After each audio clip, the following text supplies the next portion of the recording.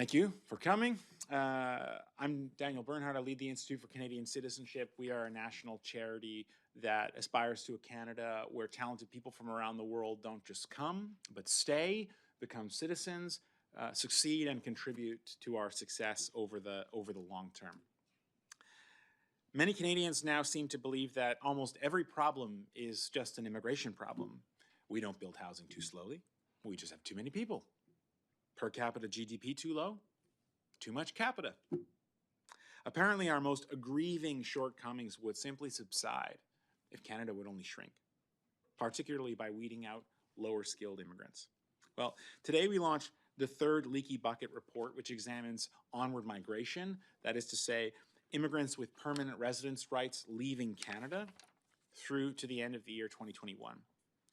It is the fourth consecutive year of rising departures. Yet, for those calling for the immigration system to prioritize quality over quantity, these findings give no cause for celebration. Today, we publish data that make clear a startling fact. Canada's most capable immigrants are, in fact, most likely to leave. The 5-year departure rate for all permanent immigrants is about 5%, but for PhDs, it's 11%. Even worse, the professionals Canada needs most are those who stay least.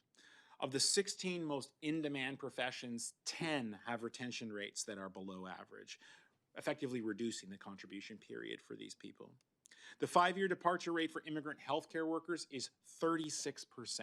That's the same for scientists. The 5-year departure rate for experienced executives is 193% above average.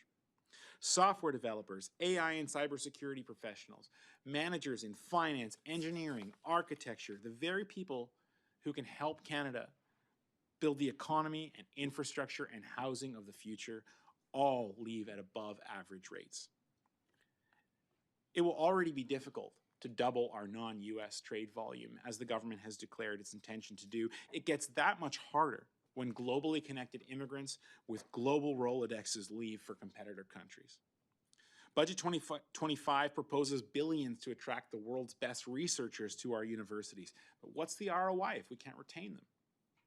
We want to build mines and railways and housing and all at record speed, but we're losing seasoned immigrant professionals who have built these very same things elsewhere, better, faster, and for less money than Canada can today.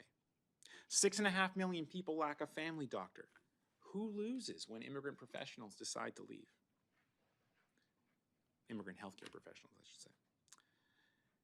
Even those who want lower immigration should support better retention.